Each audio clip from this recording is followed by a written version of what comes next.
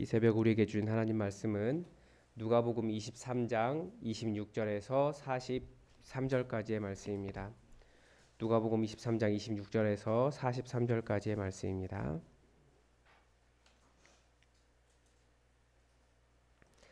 우리 하나님의 말씀을 다 함께 읽겠습니다. 그들이 예수를 끌고 갈 때에 시몬이라는 구레네 사람이 시골에서 오는 것을 붙들어 그에게 십자가를 지워 예수를 따르게 하더라. 또 백성과 및 그를 위하여 가슴을 치며 슬피 우는 여자의 큰 무리가 따라오는지라. 예수께서 돌이켜 그들을 향하여 이르시되 예루살렘의 딸들아 나를 위하여 울지 말고 너희와 너희 자녀를 위하여 울라. 보라, 날이 이르면 사람이 말하기를 잉태하지 못하는 이와 해산하지 못한 배와 먹이지 못한 젖이 복이 있다 하리라. 그때 사람이 산들을 대하여 우리 위에 무너지라 하며 작은 산들을 대하여 우리를 덮으라 하리라. 푸른 나무에도 이같이 하거든 마른 나무에는 어떻게 되리요 하시니라. 또 다른 두 행악자도 사형을 받게 되어 예수와 함께 끌려가니라. 해골이라 하는 곳에 이르러 거기서 예수를 십자가에 못 박고 두 행악자도 그렇게 하니 하나는 우편에 하나는 좌편에 있더라. 이에 예수께서 이르시되 아버지 저들을 사하여 주옵소서 자기들이 하는 것을 알지 못함이니이다 하시더라. 그들이 그의 옷을 나누어 제비 뽑을새 백성은 서서 구경하는데 관리들은 비웃어 이르되 저가 남을 구원하였으니 만일 하나님이 택하신 자 그리스도이면 자신도 구원할지어다 하고 예수와 함께 끌려가니라. 군인들도 희롱하면서 나와 신 포도주를 주며 이르되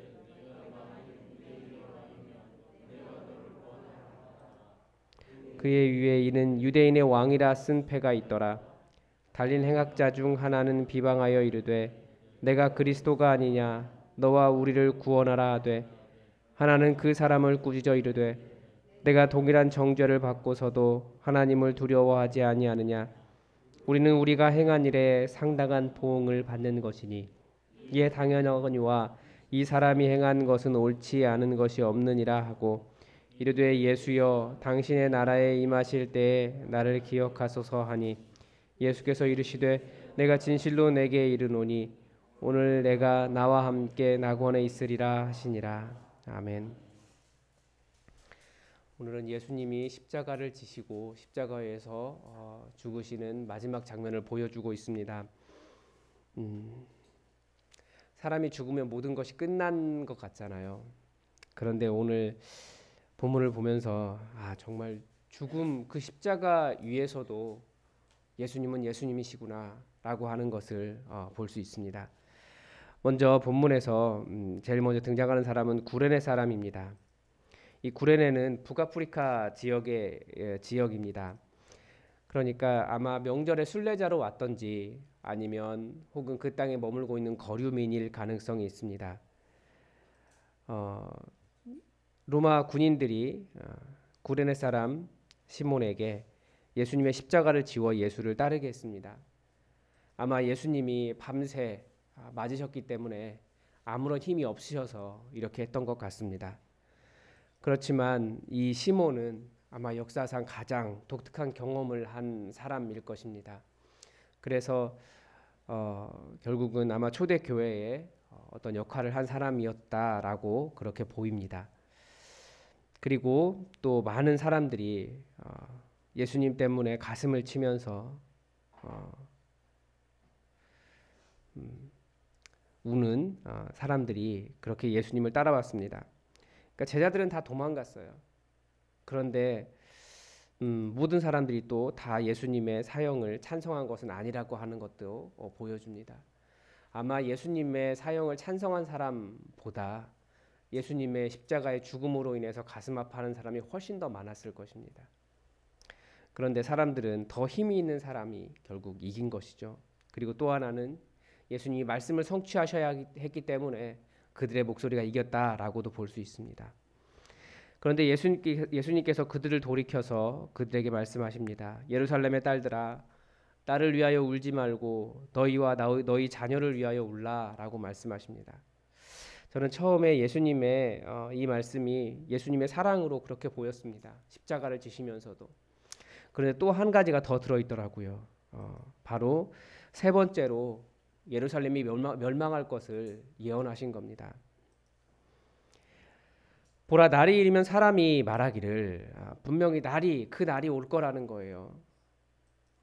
그러니까 지금이 평안하다고 전부가 아닌 거죠. 지금이 예루살렘에 있는 지도자들이 예수님을 이겼다고 그들이 최후까지 이긴 것은 아니라고 가르쳐 주고 있는 겁니다. 그런데 그때는 무슨 일이 일어납니까? 잉태하지 못하는 이와 해산하지 못한 배와 먹이지 못한 젖이 복이 있다. 평소 같으면 이런 사람은 복 있는 사람이 아닙니다. 고대 세계에서 아이를 낳지 못한 여인, 잉태하지 못하니, 해산하지 못한 배, 먹이지 못한 젖.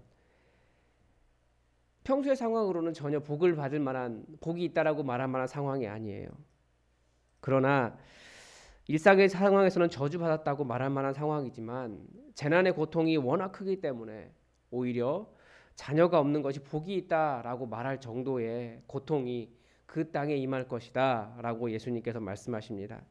그래서 이 30절에서는 그때 사람들이 오히려 빨리 내가 죽었으면 좋겠다라고 말할 정도고, 31절에서는 예수님이 이렇게 비유하십니다. 푸른 나무에도 이같이 하거든. 푸른 나무가 누구를 가리키는 것이겠습니까? 예수님을 이야기하는 겁니다. 마른 나무에게는 어떻게 되리요? 마른 나무는 누구입니까? 예루살렘의 종교 지도자들 아닙니까? 그러니까 예수님에게, 푸른 나무에게 이렇게 가혹한 십자가형, 예수님에게 가혹한 십자가형이라면 마른 나무에게는 과연 이 예루살렘 종교 지도자들에게는 어떠한 일이 일어날 것인가 라고 예수님께서 말씀하십니다.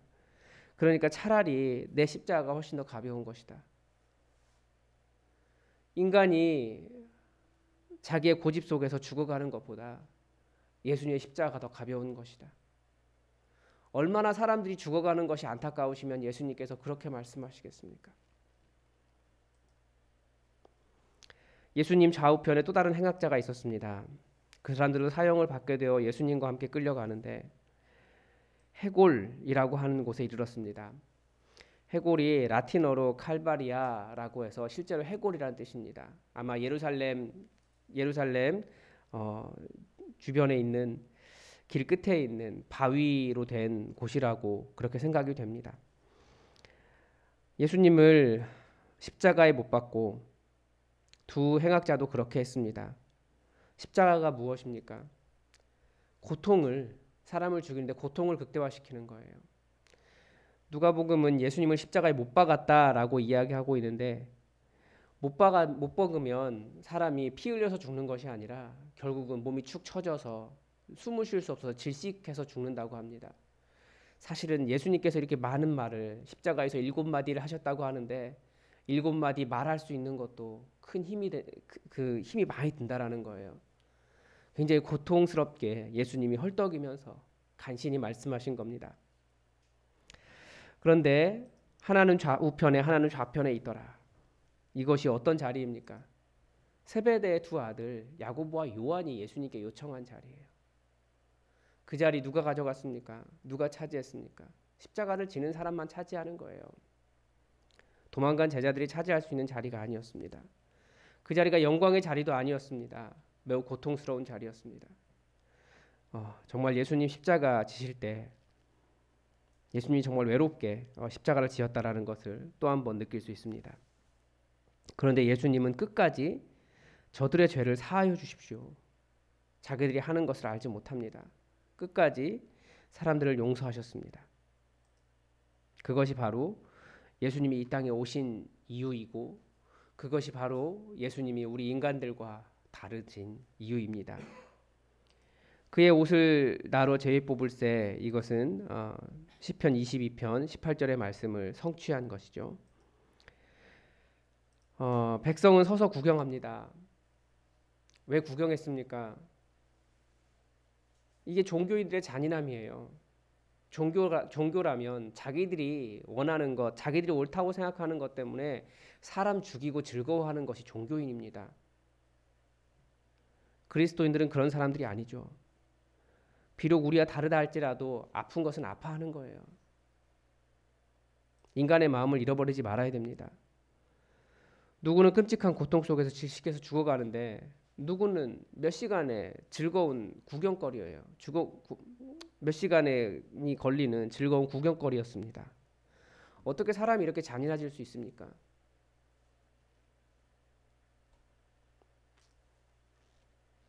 사람들은 예수님을 계속해서 조롱했습니다. 만일 하나님이 택하신 자 그리스도인이면 자신도 구원할지어다. 예수님 그리스도가 아니라고 그렇게 조롱하는 것입니다. 그런데 예수님이 참으신 이유가 무엇입니까? 예수님은 말씀을 성취하고 계시는 거예요. 말씀을 성취하는 길이 십자가였기 때문에 예수님은 묵묵히 십자가 지신 겁니다. 백성들, 관리들, 군인들, 그리고 예수님 옆에 달린 두 행악자들, 그 중에 하나, 다 예수님을 조롱한 사람들입니다. 왜 조롱했습니까? 네가 그리스도가 아니냐. 우리는 그런 조롱을 계속 들어요. 교회와 성도를 향한 세상과 사탄의 조롱이 항상 이것입니다. 너희 그리스도인 아니냐. 너희 그리스도인 아니냐. 억울하게 당할 때도 많이 있죠.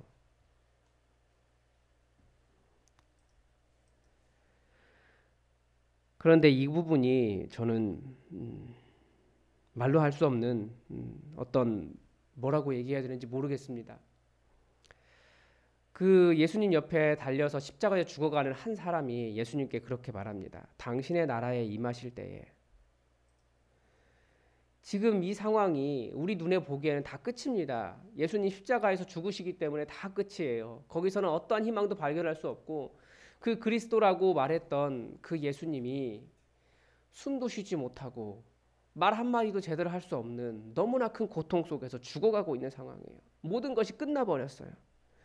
그런데 이 상황에서 하나님 나라를 기대해 볼 수 있습니까? 다 끝났는데 오히려 모든 희망이 산산이 깨어진 현장이 바로 그 십자가 아닙니까? 그런데 이 예수님 한쪽에 달렸던 이 사람은 바로 그 자리에서 하나님의 나라를 봤다라는 거예요. 죽음이라고 하는 것이 모든 것이 끝입니다. 더 이상 희망이 없는 곳입니다. 라고 말하지 않고 하나님 나라가 있다라고 하는 것을 이 사람은 십자가에서 본 겁니다. 그 끝에서. 예수님도 그에게 응답하십니다. 내가 진실로 내게 이르노니 오늘 내가 나와 함께 낙원에 있으리라. 이 말도 예수님이 십자가 위에서 죽어가는 사람이 할 수 있는 말이 아니에요. 우리는 죽음 앞에서 고통당하는 사람을 보면서 너에게 네가 낙원에 갈 수 있다라고 말하기가 정말 어렵습니다. 우린 다 끝이라고 생각하잖아요. 가장 고통스럽다고 생각하잖아요. 모든 것이 끝났다고 생각하잖아요. 그런데 아니에요. 예수님의 십자가는 오히려 거기가 시작인 겁니다. 여기서 우리는 이 죽음을 넘어선 그리스도인의 소망이 무엇인지 알 수 있습니다. 물론 정말 죽음의 고통 가운데 있는 사람에게 괴로워하지 마라 라고 말하는 것도 사실은 마음이 없는 거죠. 그렇게 말할 수는 없는 거예요.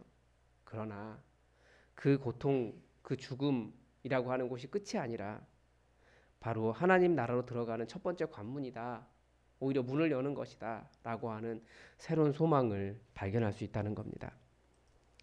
그래서 본문이 우리에게 주는 도전이 무엇일지 여러 가지가 있겠지만 저는 여러분들에게 이것을 한번 생각해 보시라고 말씀드리고 싶습니다. 예수님은 왜, 어떻게, 무엇 때문에 이 십자가 위에서도 전혀 주눅들지 않고 온 몸에 힘을 다 잃어가고 숨도 쉬지 못하고 말도 못하는 상황 속에서도 예수님은 당당하게 그리스도로 그 위에 설 수 있었는가? 왜 주눅들지 않으셨는가? 거기가 끝이 아니고 그것도 하나의 사역이었기 때문에, 그리고 하나님의 말씀을 성취하는 사역이었기 때문에 예수님은 당당하게 십자가 지셨다라고 하는 것을 우리가 볼 수 있습니다. 그리고 사람들은 계속해서 네가 그리스도가 아니냐라고 예수님을 조롱했습니다. 그런데 예수님은 어떻게 그것을 증명하셨습니까? 만약에 예수님이 그 십자가에서 내려와서 갑자기 모든 사람들을 다 징벌했다면, 그렇게 하나님의 나라를 이루기보다 본인의 사는 것만 생각했다면 오히려 우리는 또다시 당신은 그리스도가 아닙니까? 왜 그 십자가 지지 않고 온 인류를 위한 구원의 길을 포기하십니까? 라고 비난했을지도 몰라요. 오히려 예수님은 그 십자가를 담당하심으로써 어린 양처럼 묵묵히 그 십자가를 담당하심으로써 예수님의 그리스도 되심을 그 십자가에서 증명하셨습니다. 이게 우리를 너무나 사랑하셨기 때문에 예수님이 참으신 그 현장입니다. 우리가 다시 이제는 말씀을 묵상합시다. 성령님께서 여러분 안에 말씀하시는 그 음성을 들어보시기 바랍니다. 각 사람에게 하시는 말씀이 있을 거예요. 내가 발견한 예수님 어떤 하나님이신가 여러분 기억하시면서 질문하시면서 본문을 보시고 또 그 예수님이 여러분에게 원하시는 것이 무엇인가 한번 여러분의 상황을 두고 예수님의 십자가와 함께 여러분도 예수님을 바라보시기 바랍니다. 또 오늘 본문을 통해서 예수님이 여러분에게 오신 거거든요. 왜 오셨는지 한번 생각해 보십시오. 그리고 이 모든 것이 우리를 사랑하시는 예수님의 사랑이라고 하는 것을 기억하시면서 우리 다 함께 또 말씀을 묵상하도록 하겠습니다. 기도하겠습니다.